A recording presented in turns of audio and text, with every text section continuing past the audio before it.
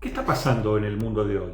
Diariamente vemos noticias que nos cuentan lo que hacen los países, las decisiones que toman sus gobernantes, y todas estas cuestiones terminan repercutiendo sobre nosotros. No en vano se dice que el aleteo de una mariposa en Pekín puede causar una tormenta en Washington. Pero ¿cómo comprender esas noticias? ¿Cómo poder separar lo que es relevante, lo que es importante, de lo que es trivial o innecesario? ¿Cómo comprender todos esos procesos que ocurren en el mundo? Mi nombre es Mauro La Bombarda, soy profesor de Geopolítica de la Universidad de El Salvador y estoy acá para que charlemos sobre estos temas de la geopolítica.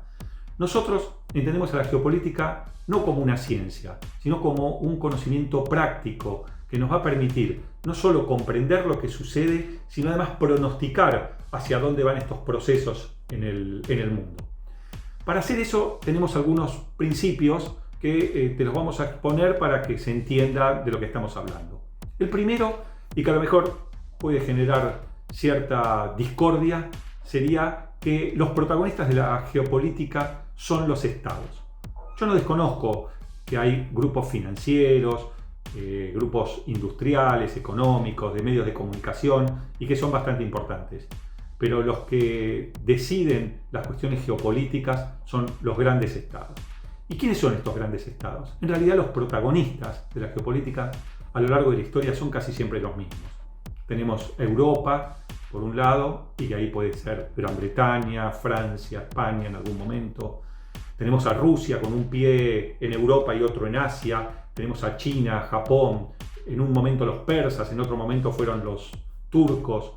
Un nuevo protagonista en los últimos 100 años, Estados Unidos, pero no más que ellos. Y estos protagonistas, al igual que las personas, tienen carácter. Los países tienen un carácter, y ese carácter está dado por su historia y por sus vivencias. Y este carácter va a influir en las decisiones que toman. El segundo principio que queremos mencionar, y que nos va a servir para comprender estos fenómenos, es el principio de encadenamiento de los hechos. Los hechos no pueden ser analizados aisladamente por la región en la que ocurren. Las decisiones de los protagonistas son globales. A lo mejor ustedes ven un hecho en Medio Oriente, pero que no está vinculado necesariamente a las particularidades de esa región, sino que se puede estar tomando por una necesidad de un país en América, como habitualmente que suceda. Entonces, no consideramos a los hechos en forma aislada o por regiones, sino que el escenario, como se ha dicho, es un tablero mundial.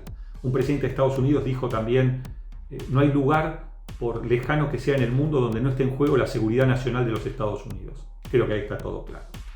El tercer principio que vamos a seguir son los elementos que no vamos a tener en cuenta. Y el primero de ellos es la ideología. No porque ustedes o yo no tengamos ideología, la tenemos y también la tienen los gobernantes.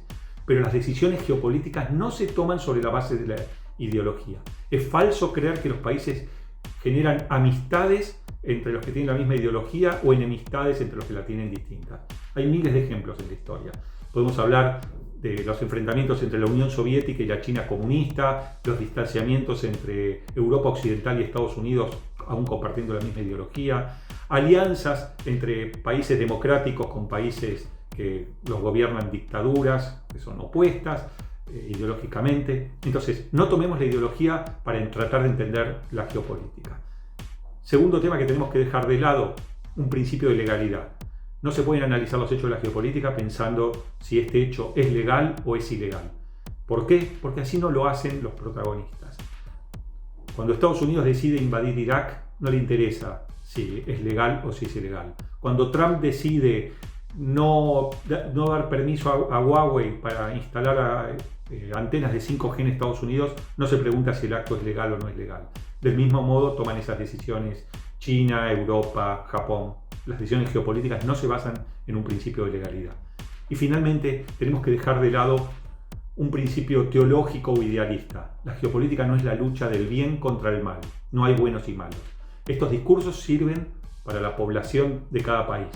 Es el modo que utilizan los gobernantes para convencerlos de sus políticas, pero no para hacer un análisis geopolítico. Insisto, no hay buenos o malos. Más bien, diría que malos son todos. Bueno, si aceptamos estos principios y les interesan los temas, los invito a que nos sigan y que sigan nuestros próximos videos e intervenciones.